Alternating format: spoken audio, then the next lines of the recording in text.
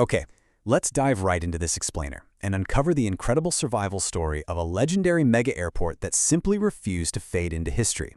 Today, we're looking at Don Mueang International Airport, sitting just about 24 kilometers north of central Bangkok. We're going to explore how a facility that was practically written off managed to completely reinvent itself into one of the busiest and frankly most unique transit hubs on the planet. So think about this for a second. What actually happens to a massive, bustling airport when a city just builds a shiny new replacement?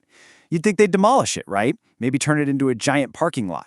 Well, in 2006, the ultra-modern Suvarnabhumi Airport officially opened for business, which effectively signed a death warrant for Bangkok's original gateway, Don Mueang. The plan was totally straightforward: shift everything over to the new mega facility. But as you'll see, the booming aviation market had other ideas. Section 1. The airport that survived. Don Mueang's roots run incredibly deep. We're talking about one of the oldest, continually operating airports on Earth. It actually started way back in 1914 as a Royal Thai Air Force base, and then officially brought commercial flights into the mix by 1924. Fast forward to 2006, and it gets completely replaced by Suvarnabhumi. But wait, it gets crazier. In 2011, Don Mueang endured severe, historic floods that temporarily shut the entire airfield down. Now, most airports wouldn't bounce back from being replaced and then practically submerged, but this disaster actually triggered major infrastructure reinforcing projects, which ended up giving Don Mueang the exact foundation it needed for a massive second life. Section 2. Bangkok's dual airport system. Basically, Bangkok realized they didn't need to choose between their airports. They just needed to separate them by function. It's brilliant, really. On one side, you have Suvarnabhumi. That's your massive intercontinental giant, handling all the premium Legacy Alliance airlines and long-haul flights.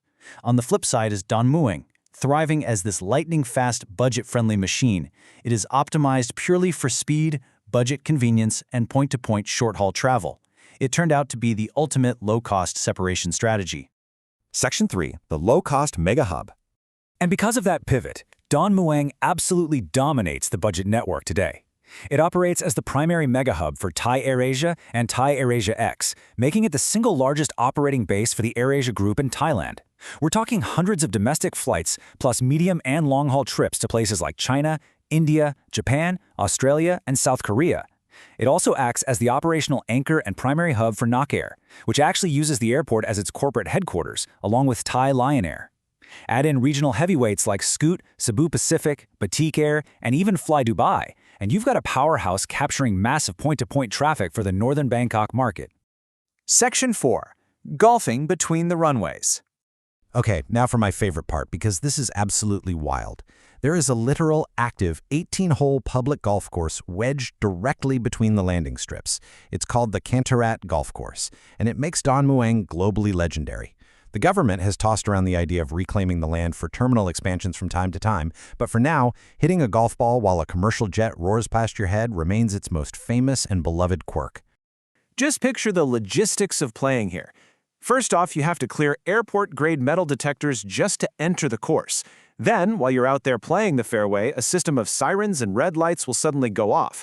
That means you literally have to stop your game, so a commercial Airbus or Boeing jet can taxi safely past you before you tee off. I mean, it is the ultimate quirky experience for any aviation nerd or golfer.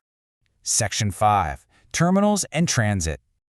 Getting back to the practical mechanics of the place, the airport is perfectly engineered to keep huge volumes of budget travelers moving fast. It operates with two main connected passenger terminals. Terminal 1 handles the heavy lifting, dedicated entirely to international flights. Terminal 2, however, was completely renovated to serve as a high-volume domestic hub. And what's really incredible about Terminal 2 is the vibe. It is packed with popular Thai street-style food courts, like the Magic Garden, so you get this entirely authentic taste of Thailand right up until the minute you board your flight. Getting in and out is a total breeze too, thanks to some massive modern upgrades to the ground transport. You can connect directly into central Bangkok via the SRT Red Line commuter train, which zips right down to the Krung Thep Apiwat Central Terminal. Or, if you prefer, high-frequency A1 and A2 airport buses run continuously straight out of the arrivals doors. They hop on the elevated tollway and can drop you at the BTS SkyTrain system at Chatchikok Park in under 20 minutes. The whole setup is just perfectly optimized for a traveler who values speed and convenience. And make no mistake, despite the budget label, this is no small, outdated operation. Those two massive parallel runways, measuring 3,500 and 370 meters, are easily capable of handling heavy, wide-body jets. The facility is owned by the Royal Thai Air Force and operated by Airports of Thailand. But the most staggering fact? This centennial airport comfortably processes over 30 million travelers every single year across its networks. Section 6. The multi-billion baht future. Even with all its current success, Don Mueang isn't just resting on its laurels. To keep up with the exploding budget aviation market, they're right in the middle of executing a multi-billion baht Phase 3 expansion program. The crown jewel of this is the Terminal 3 mega project, which aims to resurrect and fully rebuild the long-abandoned Terminal 3. And they aren't just slapping some fresh paint on it. This expansion introduces cutting-edge, fully automated smart baggage handling systems to make sure the airport stays a highly efficient machine for decades. Once this expansion is totally complete, it's going to push Don Mueang's capacity to a staggering 40 million passengers annually.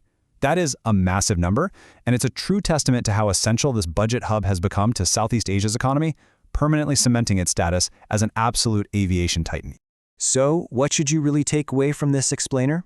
Mostly that Don Mueang is the ultimate survivor. It flat out refused to close its doors, it found a brilliant niche in the low-cost market, and now it's expanding toward the future while still keeping its quirky, vibrant charm. So the only question left for you is this.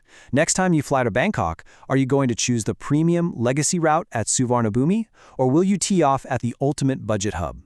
Let that soak in as you plan your next adventure. Thanks for exploring the incredible story of Don Mueang with me today. See you next time.